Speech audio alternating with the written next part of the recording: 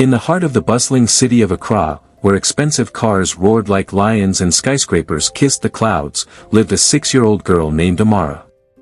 Amara had the smile of an angel, cheeks soft like fresh bread, and eyes that sparkled brighter than morning dew. But behind that innocent smile was a loneliness so deep even adults could not understand it. Her mother had died the very day Amara was born. Since then, she had been raised by her father, Kweku Harrison, a young billionaire businessman feared by competitors and admired by the world. He owned hotels, shipping companies, and luxurious malls across the country. Yet, despite all his riches, Kweku could never buy the one thing his daughter cried for every night: a mother. Every morning before school, Amara would stand before the mirror and whisper softly, "Maybe today somebody will call me normal." But children can sometimes be cruel without knowing how painful their words are. At her prestigious school, some pupils mocked her endlessly. "Motherless girl. Maybe your mum ran away. You don't even know how a real mum feels." The leader of the teasing gang was a chunky boy named Kojo, whose laughter sounded like a goat choking on cassava. Every Friday, the class teacher, Madame Felicia, took the children to a large amusement park called Golden Wheels Adventure Park. It was filled with bouncing castles, giant slides, spinning teacups, and colorful lights.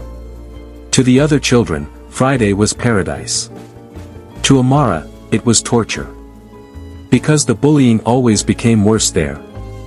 One Friday afternoon, the children rushed toward the playground screaming with excitement. "Race you to the swings. Last one there smells like rotten fish." Amara quietly followed behind them holding her little teddy bear. As soon as they reached the playground, Kojo blocked her path. "Stop there." The other children circled around her like hungry hyenas. Kojo folded his arms dramatically. "No mothers allowed here." The children burst into wicked laughter. Amara lowered her head. I didn't do anything." Another girl sneered. "If you had a mother, she'd teach you how to braid your hair properly." One boy pointed at her lunch bag. "Maybe your billionaire father forgot to buy you a mum too." The children laughed harder. Amara's tiny lips trembled.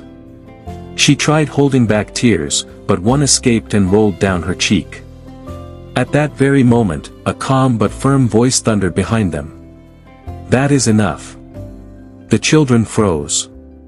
Standing near the cotton candy stand was a beautiful young woman wearing the amusement park uniform. Her name tag read Selena. She was breathtakingly beautiful, with warm brown skin, kind eyes, and a smile capable of melting sadness. She worked at the park every day, operating rides, cleaning tables, fixing decorations, and helping children. The workers loved her because she never complained. The children loved her because she always gave extra popcorn. But nobody knew she carried her own secret pains. Selena walked toward the group slowly. "Why are you making her cry?" Kojo shrugged carelessly. "She doesn't have a mother." The children giggled again. Selena looked at Amara. The little girl's eyes were red with shame. Something inside Selena broke. She bent slightly and placed her hands on Amara's shoulders. "Who said she doesn't have a mother?" The playground became silent. Kojo blinked. "Huh?" Selena straightened proudly. "She's my daughter." The children gasped. Even Amara's mouth dropped open. "You're lying!" Kojo shouted. Selena crossed her arms confidently. "Really? Don't you all see the resemblance?" The children stared carefully. Oddly enough, they truly looked alike. Same eyes. Same smile. Same dimples. One little girl whispered, "They actually look related." Another nodded nervously. Kojo scratched his head. "Well, maybe a little." Selena leaned closer. "So from today, nobody calls my daughter names again. Understood?" The children immediately scattered like chickens escaping rain. Only Amara remained standing there, confused. Selena looked down gently. "You okay, sweetheart?" Amara sniffed. Why did you say that?" Selena smiled softly. "Because no child deserves to cry like that." Amara stared at her with wide eyes. Nobody had defended her before. "Not like this. Not ever. Do you really think I look like you?" Amara asked quietly. Selena laughed. "A little too much actually." Amara giggled for the first time that day. And from that moment, something magical began. Every Friday afterward, Amara ran straight to Selena the moment they arrived at the park. Sometimes Selena bought her ice cream. Sometimes they rode the carousel together. Sometimes they simply sat eating popcorn while talking. One afternoon, Selena asked, "So what does your father do?" Amara sighed dramatically. "He works too much." Selena laughed loudly. "What kind of answer is that?" "He's always in meetings. Calls. Business trips. Laptop. Selena nearly choked laughing. Laptop. Amara nodded seriously. "Yes.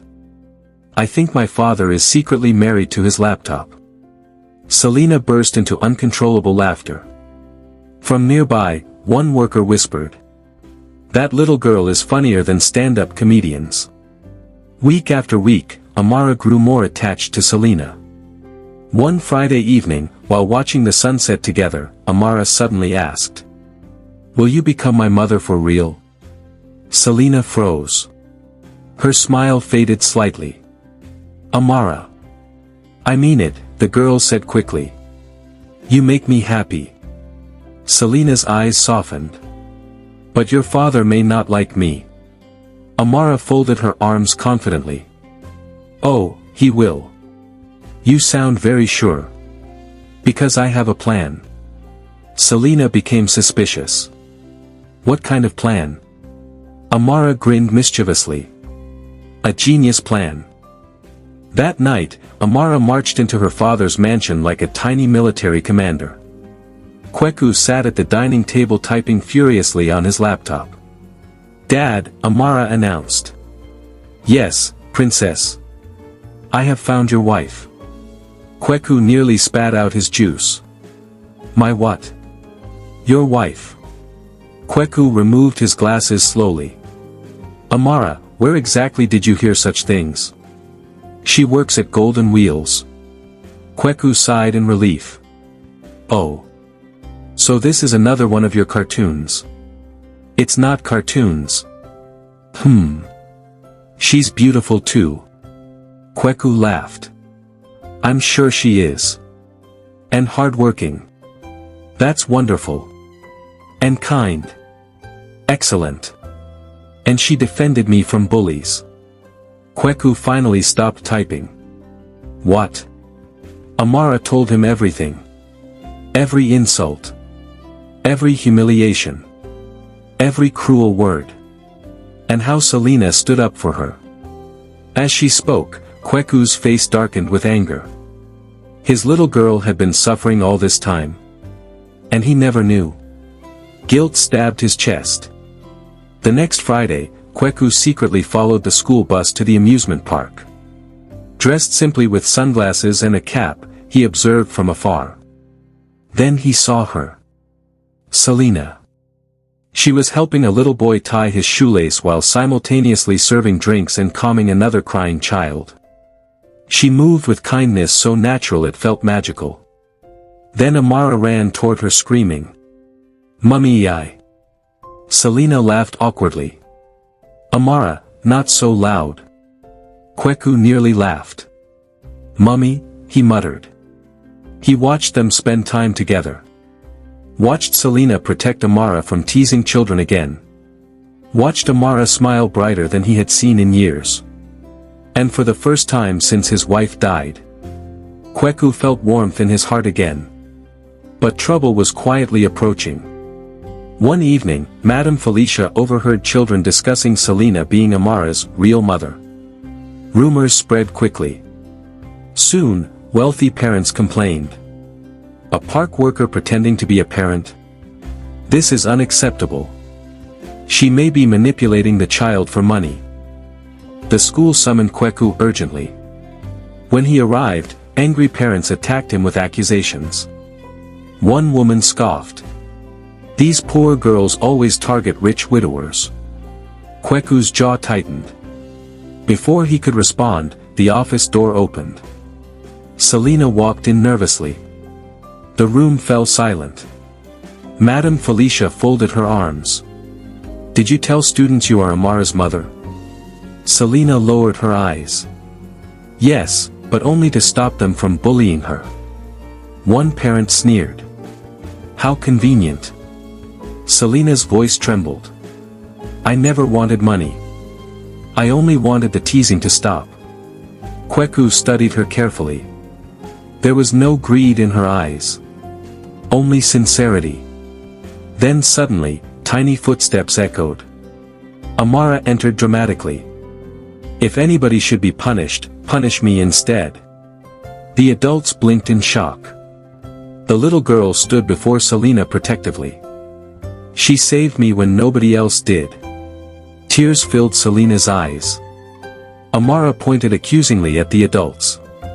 You people are meaner than children. One parent gasped. Another hid laughter. Even Kweku struggled not to smile. Amara continued fiercely. You all wear expensive clothes but your hearts are ugly. The room became dead silent. Then unexpectedly, Kweku burst out laughing. Not small laughter. Real laughter. Deep laughter. The kind he had not felt in years. Soon even Madame Felicia laughed. Then another parent laughed. One by one, tension disappeared. Finally Kweku stood and said calmly. This woman protected my daughter when nobody else did. For that alone, she deserves respect. The complaints ended immediately. Days passed. Then weeks. Kweku began visiting the amusement park often. At first to thank Selena. Then to talk. Then simply to see her smile. Their conversations became longer. Their laughter became warmer. And Amara became the happiest little matchmaker in the world. One evening, Amara secretly pushed Selena toward her father near the Ferris wheel. Oops, she said dramatically. Selena stumbled directly into Kweku's arms. The two adults froze awkwardly. Amara covered her mouth pretending innocence. Oh no. So sorry. Kweku narrowed his eyes playfully.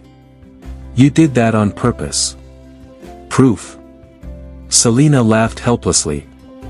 Months later, during the amusement park anniversary celebration, fireworks exploded beautifully across the night sky. Children danced everywhere. Music filled the air. Then suddenly, Kweku walked onto the small stage and took the microphone. The crowd quieted. He looked directly at Selena.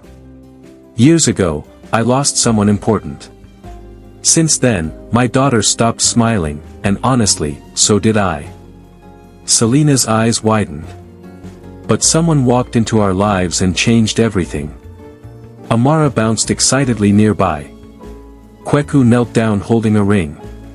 Selena, would you become part of our family for real? The entire park erupted in screams. Selena covered her mouth in shock. Amara shouted louder than everybody. Say yes before he changes his mind. The crowd exploded with laughter. Tears rolled down Selena's cheeks as she nodded. Yes. Amara screamed so loudly that pigeons flew from nearby trees. She tackled both of them into a giant hug.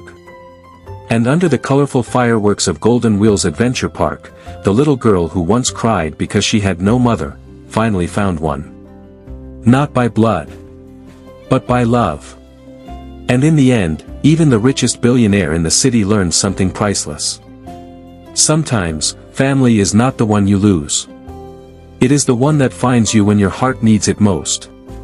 If you enjoyed this story, kindly like, share, and subscribe to Kobe Folktales for more captivating, suspense-filled folktales that will keep you glued to your screen. Don't forget to turn on the notification bell so you never miss any story from us. Before you go, let us know in the comments what you make of the story and where are you listening to us from. We'd love to hear from our amazing listeners around the world.